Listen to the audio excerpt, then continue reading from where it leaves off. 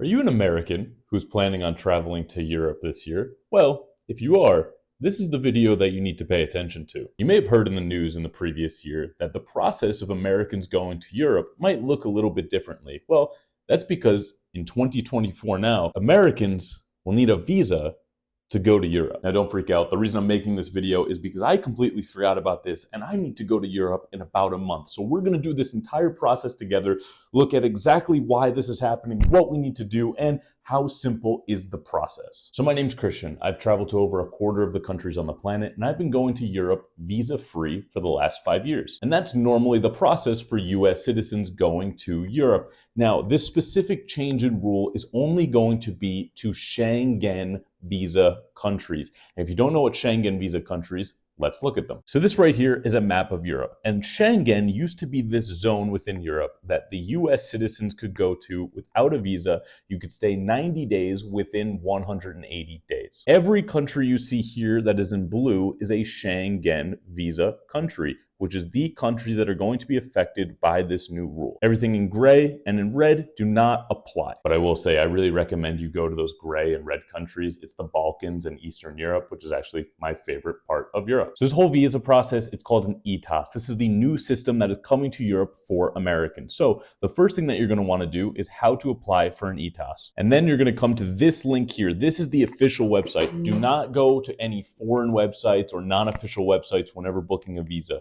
This is a problem that happens a lot in South America and in Southeast Asia. There are a lot of third-party sites which will charge you an extra fee to process your visa. There's no need for you to do that. Always go to the official government sites. It's the cheapest, it's the quickest, and it's the safest. So this is what it's going to look like, the ETIAS application. And there's some things in here that you're going to have to fill out. Now, if you are a US citizen, filling out a visa might be something you've never done before. For me, I remember my first time. I was nervous, I was confused, I didn't know what I had to do, but it is actually a pretty simple process, especially if you have all of your things in order. There's going to be 4 pieces of information that you're going to need. One is the country that you are a citizen from. In this case, if you're watching this video, it is from the United States of America. Number 2, which EU destination country you are going to. Now, maybe you're going to the EU and you're going to go to a bunch of different countries because the EU, the Schengen zone, is basically like the states in the US. You can easily travel between countries without going to border crossings, having to go to passport control.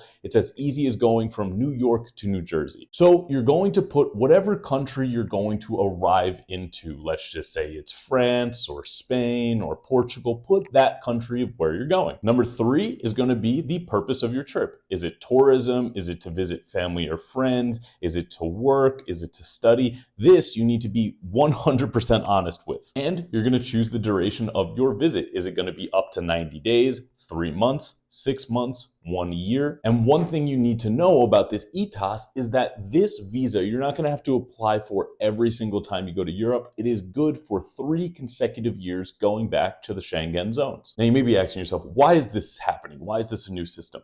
They say it's for security reasons so that the EU and the Schengen zone can know all the travelers coming in.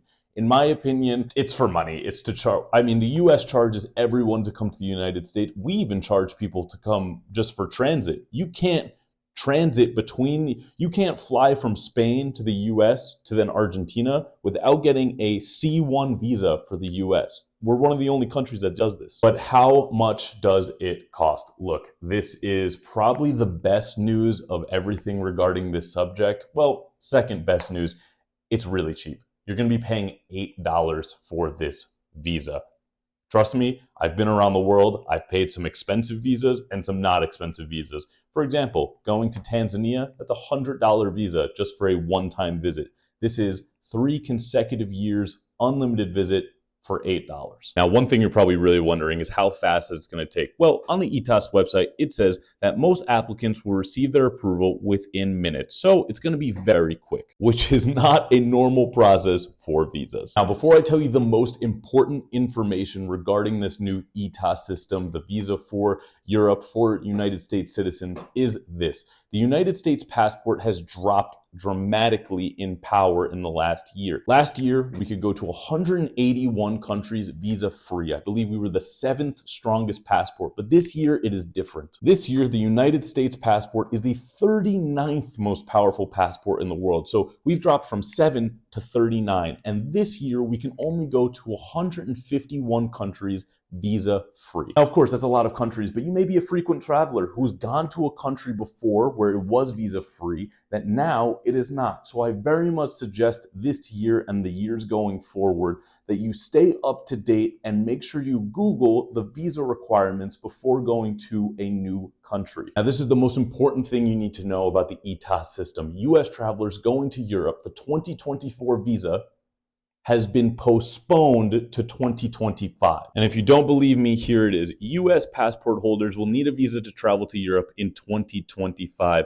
The new rules were set to go into effect in 2024, but the EU said that they will postpone the rollout until 2025. Everything we talked about, the price, the duration, the information you're going to need is going to stay the exact same, but the EU has decided to push it back one more year. In my opinion, it's probably because they don't have the system perfect yet and they don't want a disastrous start, which will affect tourism in Europe, which then will affect a lot of money. But regardless, that's the website. That's everything you need to know. And that is how to apply for the ETIAS next year going into 2025. Stay up to date with it because they might move the dates around.